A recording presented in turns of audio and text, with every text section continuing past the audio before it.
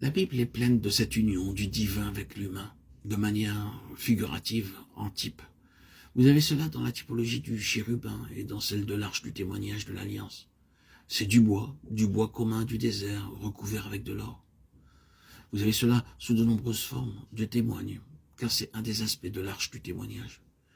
Il témoigne que depuis la gloire, il a jeté son dévolu sur l'humanité et qu'il veut l'amener dans le lieu très saint où elle doit demeurer à jamais. La dernière image que nous avons de l'arche du témoignage est celle du lieu très saint dans le temple, quand les barres qui servaient à la porter ont été retirées. Elle est là pour toujours en présence de Dieu. Son voyage est terminé. Elle est couronnée avec la gloire et l'honneur. Christ est vous et moi en union dans la présence de Dieu. Je dis que c'est le centre de tout le reste. Et si vous et moi avons besoin, comme je l'ai dit, d'assurance et de confiance, souvenons-nous que Dieu a établi une alliance d'amour avec nous pour faire cela. Voulons-nous quelque chose d'autre pour nous donner une plus grande confiance, une plus profonde assurance et un plus grand espoir que cette alliance d'amour dans laquelle Dieu nous a fait entrer? Chaque fois que nous nous rassemblons autour de sa table et que nous participons au symbole, nous entrons dans la signification de cette alliance d'amour comme la postérité d'Abraham. Quelle puissante alliance il y a dans ce sang! Quelle puissante alliance il y a dans le corps du Seigneur Jésus! Nous sommes devenus participants de sa chair et de sa vie même. C'est une alliance d'amour. Quelle assurance cela devrait nous apporter, quelle force pour progresser. Car si nous n'avons pas cette assurance et cette espérance, combien nous devenons lents pour aller de l'avant. Combien il est difficile de maintenir une attitude de progrès en gardant le cap.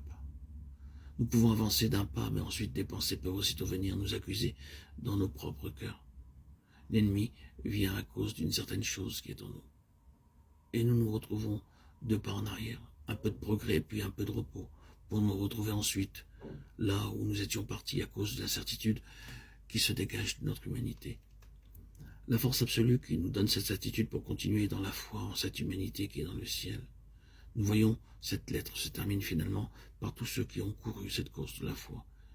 Et il y avait parmi eux beaucoup d'hommes faibles. Ils ne sont pas les meilleurs du monde en eux-mêmes.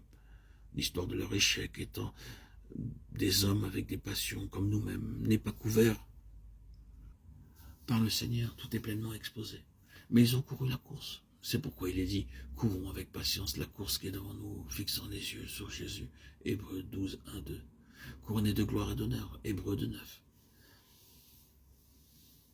Il est le garant que nous serons couronnés de gloire et d'honneur par la foi en lui. Vous pouvez avoir une aussi petite foi en vous-même que vous voulez, peut-être que moins vous en aurez, mieux ce sera, mais n'en restez pas là avec votre manque de foi en vous-même. Votre force pour aller de l'avant sera de regarder non à vous-même mais à Jésus, couronné de gloire et d'honneur. Cela vous fait-il quelque chose qu'il y ait là un homme tenté, éprouvé comme nous l'avons été par les feux de l'antagonisme et du mal, cherchant toujours à le perdre et à le détruire? Il est passé par tout cela, il a triomphé, couronné de gloire et d'honneur. L'a-t-il fait pour lui-même? Non, non. Il le faisait pour nous.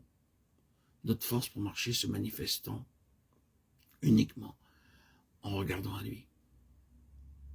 Portez toujours nos regards vers lui. Ne plus être centrés sur nous-mêmes, mais sur lui seul. Amen, alléluia.